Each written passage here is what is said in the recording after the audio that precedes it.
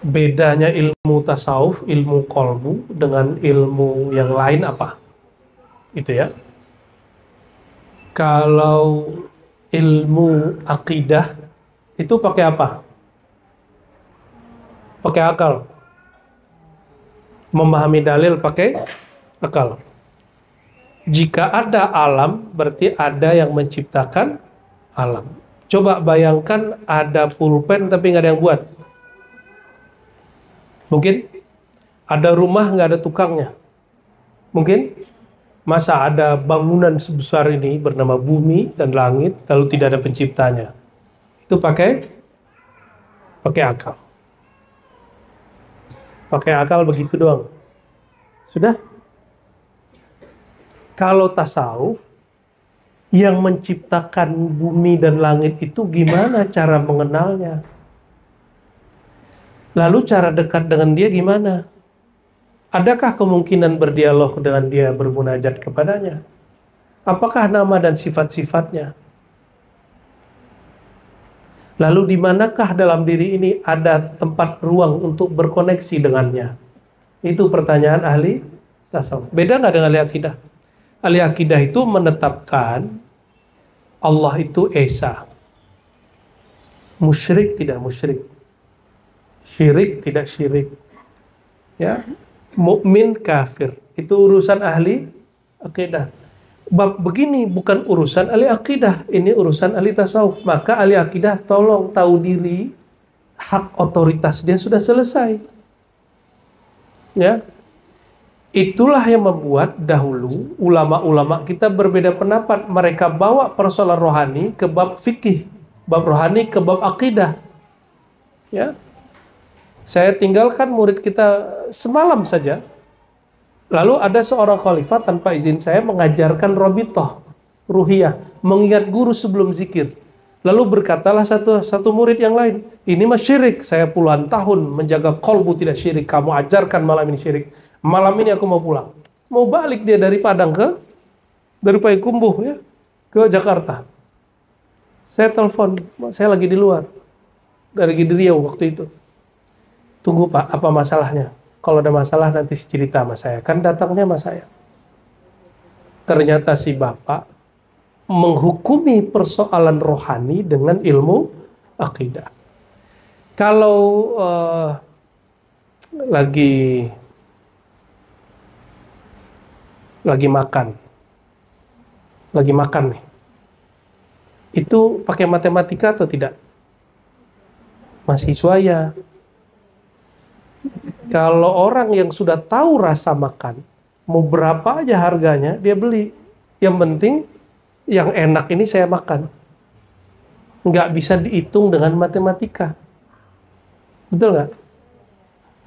Coba tanya orang yang suka hiking. Kenapa dia capek-capek naik ke atas? Udah capek-capek teriak-teriak lagi di atas. Habis itu turun. Lah ngapain? Kata orang yang nggak ngerti, bodoh, bego. Kata orang yang nggak ngerti. Tapi bagi orang yang sudah merasakan, kamu nggak ngerti. Orang kalau lagi naik gitu, naik gunung, ketika ada masalah, itu Tuhan rasanya deket. Gak percaya kan? Gak percaya, ayo nanti kita ini gunung. Bukan. Kepleset, jatuh, duit habis. Nggak ada orang, duit ada, nggak ada orang jualan. Harus hidup. Air nggak ada, Masya Allah. Bener nggak? Iya, tapi pas sudah ngelihat di atas gunung, wah teriak-teriak. Saya pertama begitu dulu ngeliatin, udah nyampe di atas, tapi kita kan baru belajar zikir tarikat saman. Lagi asik-asiknya sama Allah, di bawah naik bukit, naik gunung. Teman kita teriak, kita lihat, kamu gila ya? Enggak, ini lagi melepas lelah katanya. I'm happy gitu. Tapi hati saya sedang di gunung itu nggak dengan gunung gitu.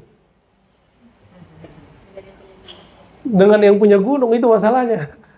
Jadi ketika jalan biasa aja, di atas juga biasa, turun juga biasa lagi.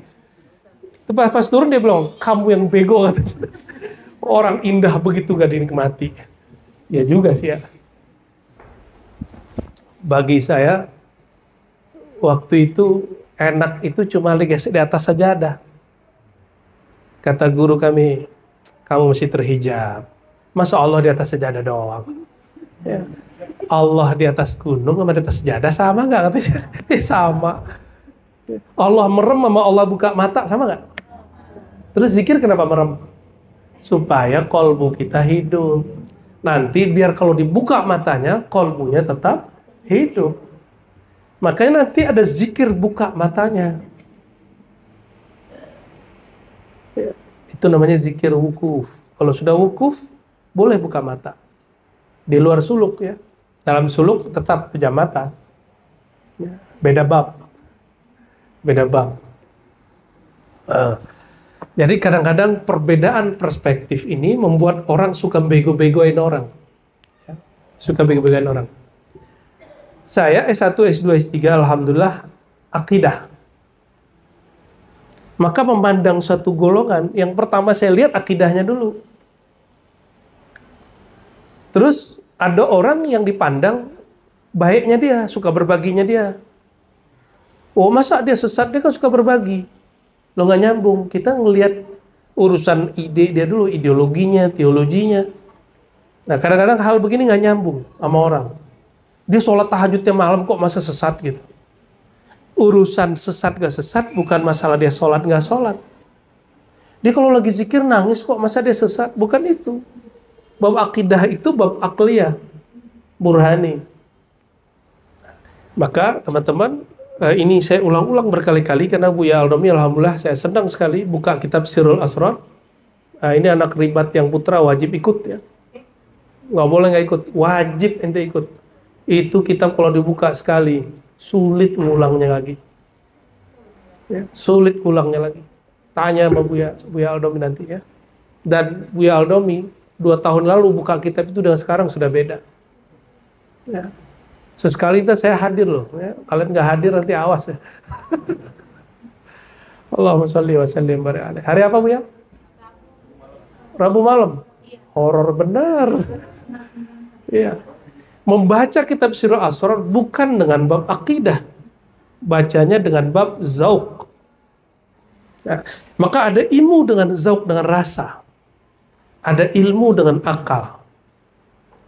Coba mau lihat buah yang bagus sama yang nggak bagus, baju bagus nggak bagus, pakai mata apa pakai hati? Barang bagus nih pakai hati apa pakai mata? Hah? Waduh, ini keracunan tasawuf namanya nih.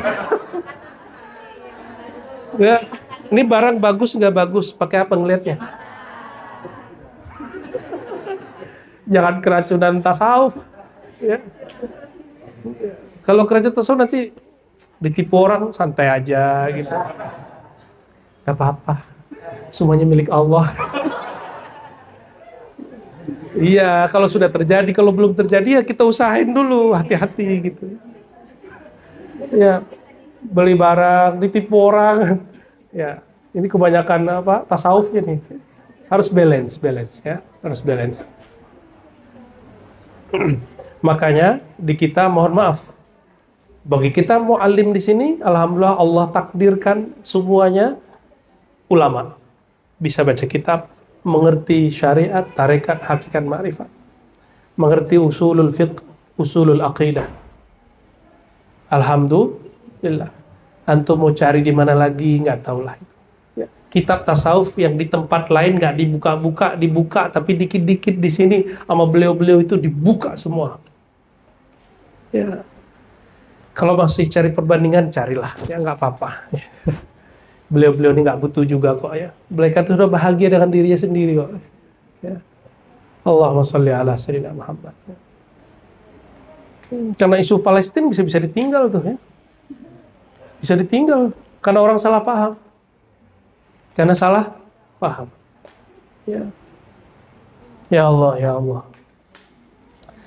I'lam anna lil qalbi babaini, babun atau babin yanfudhu ila alamil hawas wa babun yanfudhu ila alamil ghaib. Ya. Kolbu itu punya 2 pintu. Rumah ada pintu nggak? Ya, Umi.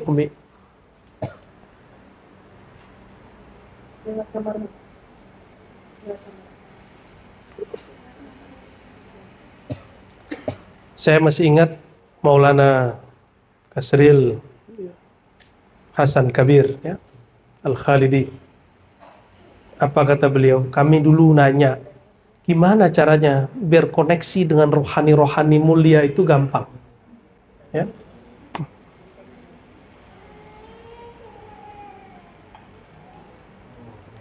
Apa jawaban beliau? Gaibkanlah zahirmu, maka yang gaib jadi zahir bagimu. Itu orang nggak sekolah loh ya, nggak sekolah pesantren kayak Buya Zul Asfi, enggak. Tapi saya baru dengar ngomong begitu, ternyata ketemu di kitab Imam Ghazali. Padahal beliau nggak pernah ngaji kitab Imam Ghazali secara tradisional ataupun secara modern, nggak pernah. Ya. Jadi pintu kolbu itu ada dua. Ada pintu kolbu, pintu ke alam empirik, alam nyata. Ada pintu kolbu ke alam gaib. Ada pintu kolbu ke alam gaib. Jadi kolbu ada yang ngelihat ke alam ini, ada yang ke dalam. Ya. Wa ya'rif sidqaha wa yu'raf sidqu hadzal qaul bi ta'ammul fi an-naum. Supaya tahu maksud kalam ini, maka coba kamu renungi apa yang terjadi pada dirimu saat tidur. Ya. Fa innaka tara fihi minal ajaib. Perhatikan tidurmu, ada yang bernama mimpi, dan mimpi itu ajaib sekali. Yazhar lakal ghaib wa ma sayakunu ba'du bi muddatin madidah. Banyak yang Allah tampilkan di alam tidur yang tidak engkau lihat secara kasat mata. Bahkan Allah memberitahumu kejadian masa depan. Bi muddatin madidah, bahkan itu belum terjadi. Ya. Alhamdulillah, apa yang musibah, yang kata orang itu musibah, tapi saya sebut itu cara Allah memberikan perhatian. Yang Allah berikan kepada saya, apapun itu, sebagian besarnya sudah Allah berikan, tunjukkan beberapa tahun sebelumnya. Alhamdulillah. Apakah kondisi seperti ini? Apakah orang sebut kesedihan, kebahagiaan prestasi? Alhamdulillah sudah Allah kasih. Allah kasih unjuk dulu dengan simbol-simbol yang jelas sekali. Ya, alhamdulillah. Tapi tidak sedetail Rasulullah SAW. Tidak sedetail wali-wali besar seperti Syekh Abdul Qadir Jilani, tidak. Ya, kita diberinya ada yang simbol, ada yang kejadian. Itu di alam. Pernah di Jafu. Di Jafu itu antum masuk ke alam mimpi sejenak, tapi lagi sadar, balik lagi gitu. Itu di Jafu. Jadi kita lagi melihat, tapi sebenarnya di sini terjadi balik ke alam sana sebentar saja, terus keluar lagi. Nah, lagi zikir, tahu-tahu hilang kesadaran di alam ini. Pernah ngalamin? Pasti sekali aja pernah ngalamin. Sekali seumur hidup masa nggak pernah ngalamin? Sedih sekali. Berarti belum ditalkin. Udah ditalkin nggak ngamalin. Mesti ditalkin, mesti ngamalin. Ya, nanti Allah beri rasa itu. Nanti kita biasa aja. Sama orang mimpi nggak mimpi biasa. Orang mimpi ketemu Rasul lah biasa itu. Jadi nggak takjub lagi. Nanti ada orang ngalamin pengalaman spiritual, oh udah biasa aja. Di kita itu biasa. Alhamdulillah ya. Apa yang dialami aneh-aneh di luar itu di teman-teman ribat banyak yang ngalami dan itu biasa. Ya. Ketemu ini, ketemu itu tuh biasa. Maka kita dilatih kemudian dikasih pegangan membedakan halu, mukasyafah syaitaniyah, kasyaf syaitan. Jadi visi, tapi visinya bad spirit. Ya. Itu spirit yang jelek. Dengan Holy Spirit itu beda. Itu ada caranya. Ar-Ruh Al-Qudsiyah itu beda. Kan Nabi mengatakan al-arwah junudun mujannadah. Arwah itu bukan tubuh. Perhatikan, bukan tubuh. Al-arwah, para ruh. Mereka itu berbaris-baris. Kalau itu nggak disebut yang udah mati atau pernah mati, karena ruh tidak pernah mati. Allah kekalkan ruh dengan bakoknya. Maka ruh yang sudah wafat badannya atau ruh yang belum wafat badannya, bahkan ruh yang belum dilahirkan tubuhnya, itu bisa ditemuin. Bisa ditemuin kalau Allah izin.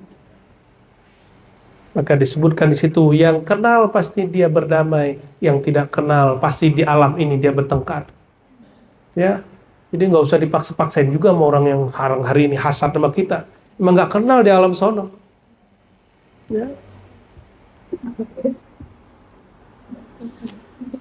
Wa fil yaqظah innama yuftah dzalikal bab lil anbiya wal awliya. Ini rumus, ini kaidah. Tolong dihafalkan, terutama bagi yang suka kasyaf-kasyafan, ya. Ya, yang ngaku-ngaku kasyaf setiap saat atau beberapa hari sekali. Sedangkan ya, alam gaib itu tidak dibuka di saat nyata di alam jaga kecuali bagi para nabi dan para wali. Kolbu kita dibuka pintunya, itu dibukanya kalau sudah jadi wali. Baru bisa ketemu nabi dalam keadaan jaga. Jangan kaget ya. Salah satu syekh di Mesir, syekh yang karismatik, pernah datang ke pesantren, ya. Tapi orang mencoba adu domba saya dengan beliau. Beliau kan nggak kenal saya juga, ngapain dia adu domba? Kan lucu. Syekh Yusri. Syekh Yusri itu, beliau tidak nolak, beliau difitnah orang, menolak ru'yatun Nabi yaqzah. Menolak Nabi bisa dilihat yaqzah. Tapi ternyata dikonfirmasi nggak begitu, bukan itu, katanya. Saya kalau melihat Nabi yaqzah, saya la atahammalhu, aku tidak sanggup ketemu kalian setelah itu, kata beliau. Ya iya, orang kalau ketemu Nabi yaqzah mesti dia pindah alam dulu, kalau nggak dia pingsan. Nabi Musa melihat nur Nabi pingsan, sallallahu alaihi wasallam. Masa orang kayak kita nggak pingsan? Jadi kalam beliau itu sahih begitu. Ya, la atahammalu, law ra'aitu Nabi SAW yaqzah, kata qala Syekh Yusri. Summa altaqi bikum la atahammalu. Itu kata beliau, itu kalam sahih. Ya. Aku kalau ketemu Nabi yaqzah, terus ketemu kalian yaqzah, beliaunya nggak sanggup. Maka saya ketemu beberapa syekh yang mengalami itu pingsan. Pingsan. Nggak sanggup. Karena Nabi Musa juga pingsan. Maka orang hari ini pasti kalau lihat nur itu pingsan. Kecuali dia dipindahan dulu alamnya. Dia jaga, tapi alamnya diganti. Itu bisa. Ya. وَذَلِكَ liman tahura qalbuhu amma siwallahu ta'ala wa aqbala bil kulliyah alaih. Dan itu bagi orang, yaitu wali-wali Allah itu siapa? Orang yang bersih kolbunya amma siwallah, dari selain Allah. Bersih di sini bukan berarti dia tidak pernah dosa. Coba perhatikan. Kolbunya bersih dari selain Allah, bukan matanya, bukan telinganya, bukan tangan dan kakinya. Karena yang begini hanya Rasulullah yang bersih. Kalau Rasulullah pasti bersih lahir dan batin. Kalau wali Allah, Allah jaga kolbunya dari selain Allah. Nah, ini sudah rumusan. Wali Allah, asamallahu qulubahum amma siwa. Kalau kekasih Allah, Allah jaga kolbunya dari selain Allah. Ada yang masuk, Allah patahkan. Allah yang masuk, Allah patahkan. Maka ketika Sayyidina Ibrahim mulai hatinya cenderung kepada Sayyidina Ismail, maka Sayyidina Ismail diuji, beliau berdua diuji mau diambil tuh anak. Kata Imam Sya'rani, qaddasallahu sirrahu, jika Allah cemburu, maka Allah akan melabrak yang dicemburuinya. Allah akan ambil yang dicemburuinya. Ya. Wa aqbala bil kulliyah alaih, kolbunya kulliyah, total hanya untuk Allah. Jadi belum sempurna kewalian seseorang kalau kolbunya belum bulat-bulat kepada Allah Subhanahu wa ta'ala. Makanya disebutkan syarat ketemu Nabi Khidir, nggak ada cinta dunia di sini. Syartu liqa'il Khadir. Karena ketemu Nabi Khidir bukan Nabi Khidirnya yang penting. Karena Sayyidina Khidir itu mengatakan, ya, yang ketemu aku itu cuma orang yang menginginkan hanya Allah semata. Baru ketemu beliau. Ya, coba ada kecenderungan sama duit nggak? Sedikit saja nggak ketemu, nggak akan ketemu. Gimana mau ketemu Nabi Muhammad Sallallahu Alaihi Wasallam? Gimana mau ketemu Allah Subhanahu wa Ta'ala? Ya. Nabi Khidir ini ada yang halnya masuk kepada orang, ada yang sosoknya. Ketemu halnya nggak bisa. Maka kita kadang-kadang melihat ada orang, dia pengemis tapi dia lagi hal Nabi Khidir. Kita sebut hal, bukan kesurupan. Ya. Kalau jin kan kesurupan, masa wali nyurupin. Ya, enggak, hal, dia kemasukan hal.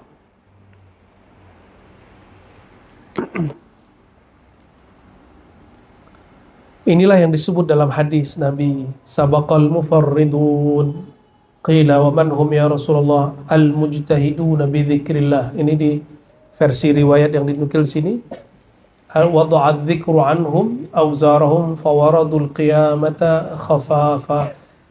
Asal hadisnya ada di dalam Sahih Muslim. Ini riwayat yang lain yang didapat beliau, dapat kita cari di Ibnu Bidunya, Tabrani, Dailami dan lain-lain yang sejenis dengan ini, ya. Sabaqal mufarridun, telah dahulu wali-wali mufarrid. Bisa juga disebut wali-wali munfarid. Mufarrid itu bisa diartikan munfarid. Wali-wali yang alone, dia sendiri. Fard itu sendiri. Ya. Qila wa man hum ya Rasulullah, siapakah yang disebut mufarridun wahai baginda? Beliau kemudian menjawab, al-mujtahiduna bi dzikrillah. Ini versi yang disukai oleh Imam Ghazali. Imam Ghazali tahu versi lain, tapi beliau suka yang ini. Al-mujtahiduna bi dzikrillah, orang-orang yang bersungguh-sungguh dalam berzikir kepada Allah SWT. Coba saya tanya, yang bersungguh-sungguh kerja, orang sungguh-sungguh ngantor, berangkat jam 8, sebelum 8 udah nyampe di kantor, pulang jam 8 juga. Ya, betul. Betul nggak? Pulang-pulang jam 6, jam 7. Jam 8, itu pun tidur. Tidur langsung. Ya. Lihat sebentar, ketemu istri, anak, habis itu ngorok gitu. Udah nggak sempat berbulan madu sudah. Makanya di Indonesia, nggak tahu di negara lain begitu nggak? Di Malaysia gitu nggak? Ada waktu cuti, hari cuti langsung orang pun pergi ke tempat-tempat wisata, tempat-tempat hiburan. Itu sama di Jakarta juga begitu. Ya, orang Pekanbaru ke Payakumbuh, ke Bukit Tinggi, ke Maninjau, setiap Sabtu Minggu itu mobilnya platnya BM itu di Payakumbuh. Orang Payakumbuh bingung, apa yang dinikmati dari kampung kami ini? Benar nggak? Karena sudah biasa ngelihat harau, udah biasa ngelihat air terjun, kapal banda. Sama orang Bali kan juga gitu. Orang Barat tuh kan datang, orang Bali kan cuek aja kan. Ya, karena mereka sudah biasa dengan keindahan itu. Bagi orang Bali kan, wow, gitu. Bagi dia, biasa aja kali. Al-mujtahiduna bi dzikrillah, jika kerja berjam-jam, itu disebut bersungguh-sungguh. Masih bisa salah nggak? Kerja 8 jam sehari itu. Masih bisa gagal? Orang zikir 8 jam juga bisa gagal. Apalagi diribat cuma dari berapa Bu ya? Simtuduror pada maghrib. Masih jalan ya? Lanjut ya. Selalu simtuduror dan itu luar biasa. Menceritakan tentang Nabi Muhammad SAW. Ada mauizah di ujungnya ya? Ada. Setelah itu baca kitab doa. Zikir luar biasa. Antum zikir dari jam 7 sampai jam 12. 11 ya? Ya. Udah bagian-bagian dari mujtahidun lah. Semoga bagian dari mufarridun. Dan nanti coba perhatikan di situ ahwalnya lain. Kadang zikirnya keras, kadang zikirnya lembut. Nggak usah kemudian bilang, aku nggak suka zikir keras. Berarti kita milih-milih. Guru kita lagi begitu, ikutin aja. Aku sukanya zikir lembut. Yaudah, kamu gak usah datang. Ikutinnya, lepasin ego kita. Saya harus zikir begini, saya sukanya zikir begitu. Aduh, udah kelas. Ittabi' ma fa'alahu syaikhuka al-murabbi. Ya. Ikutin guru kita yang sudah mentarbiyah, murabbi kita. Ya. Maka al-mursyid itu nama lainnya murabbi. Murabbi, apa arti murabbi? Yang mendidik secara rohani. Ya. Nah, beliau ini bertiga boleh dipanggil Buya, Murabbi. Murabbi. Ya. Murabbi semuanya. Jadi nanti ada Hayatul Murabbiyin, ya. Ada Dewan Murabbi, mereka-mereka itulah Murabbi. Itu nama lain dari mursyid, ya. Bukan bul. Allahumma sholli ala Muhammad. Dikit lagi ya. Apa ciri-cirinya? Kenapa Imam Ghazali pilih ini? Lafaz begini. Wa du'adzikru anhum awzarahum fawaradul qiyamah khafafa atau khifafa. Beban mereka lagi zikir nggak ada, enjoy aja. Udah begitu belum zikirnya? Udah enjoy belum zikirnya? Masih pegel kaki nggak apa-apa, tapi hatinya jangan pegel. Oke? Jadi tidak hanya datang hari Selasa ke riba, datang juga hari Jumat. Kecuali Buya belum izinin tanya sama Buya ya. Karena sudah nggak muat juga katanya. Nanti kita ada zikir di Jati Keramat. Itu tempatnya juga luas. Insya Allah. Nanti Senin biasanya. Nanti kita buat. Insya Allah. Ya. Minimal saya sekali sebulan datanglah ke tempat itu keliling. Ya. Selalu datang. Kadang-kadang kalau lagi halnya bisa lebih dari sekali. Doa aja, halnya banyak. Ya, enak banyak. Ciri-ciri orang yang di akhirat tenang hidupnya, nggak banyak bebannya. Saya mau tanya sama antum, lebih berat nama Allah atau langit? Lebih berat nama Allah atau surga neraka? Kira-kira kalau orang hari ini nyebut nama Allah sudah biasa, di akhirat dia udah enak jalannya. Orang tidur dia zikrullah, orang tidur dia sholawat, orang tidur dia zikir, orang tidur dia ngaji, orang tidur dia ngaji kitab ma'rifatullah. Itu orang beban tidurnya sudah hilang. Bagi dia sudah menemukan dirinya yang sebenarnya. Makanan kolbu kita zikrullah, makanan kolbu kita ilmu, makanan ruh kita ma'rifatullah. Orang udah menemukan begitu. Di sini dia nggak ada beban zikir, nggak ada beban ngaji. Nanti di sana di akhirat, kalaupun dihisab dia udah biasa. Jangankan engkau hai malaikat mizan, malaikat hisab, nama Allah yang lebih berat darimu aku pikul.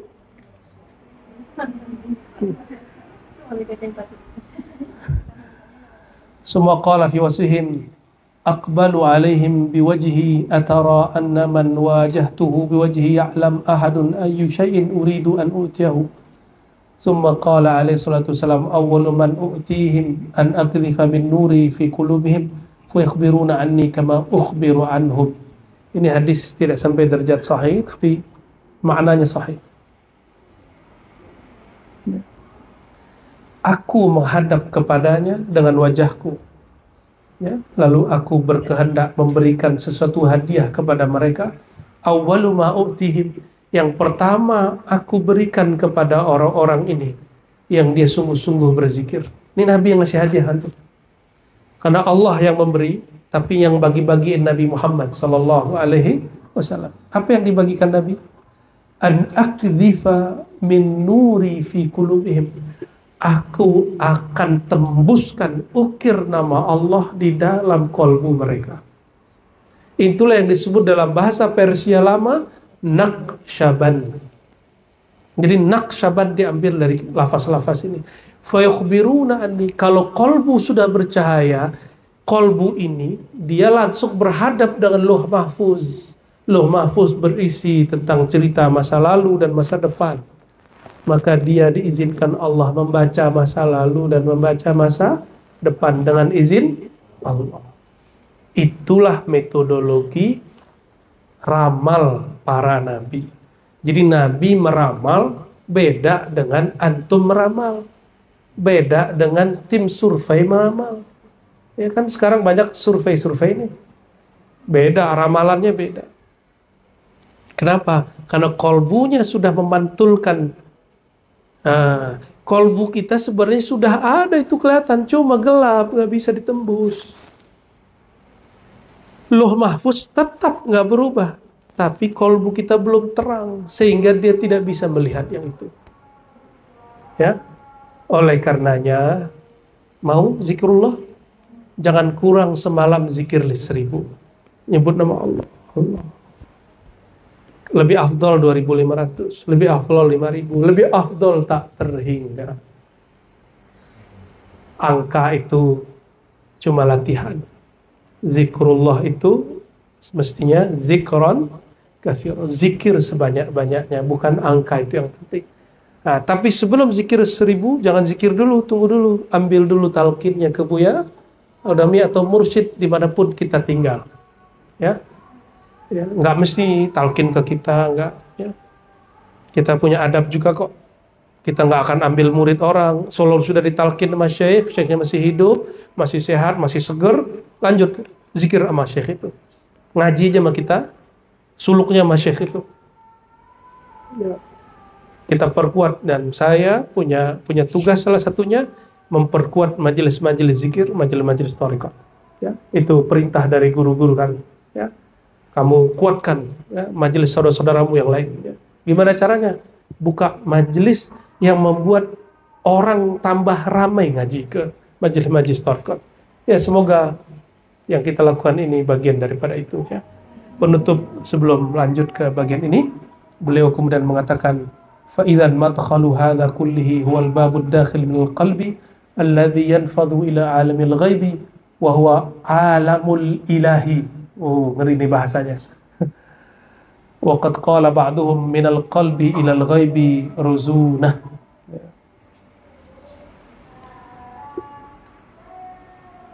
Gimana nerjemahinnya, Bu ya?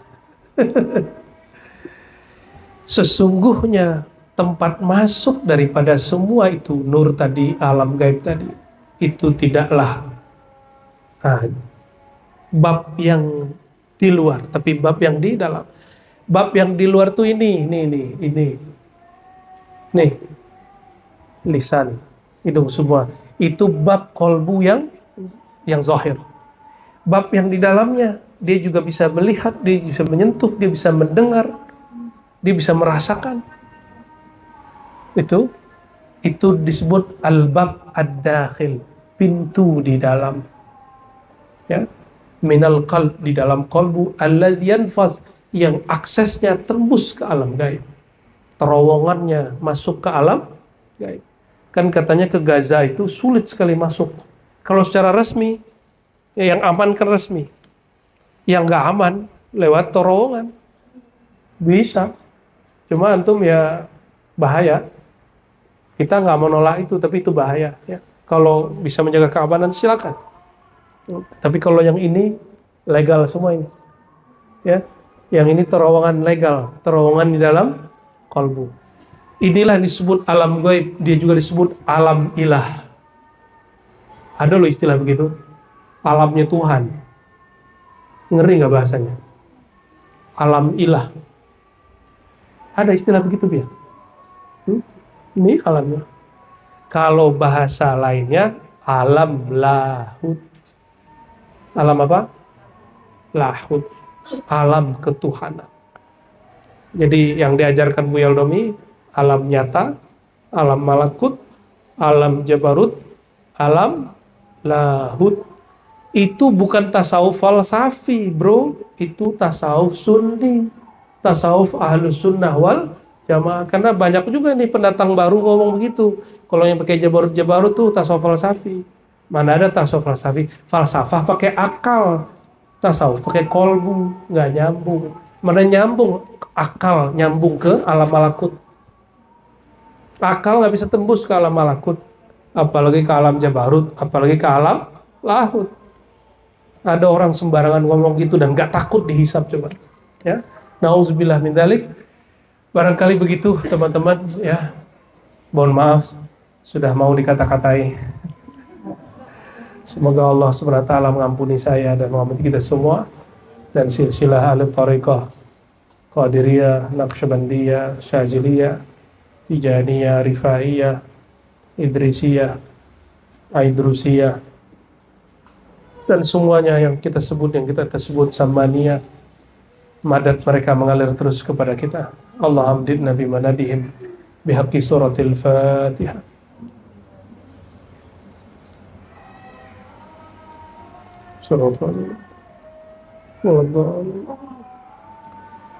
Sallallahu Rabbuna ala nuril mubin Ahmad al-Mustafa Sayyidil Mursalin wa ala alihi wa sahbihi ajma'in. Sallallahu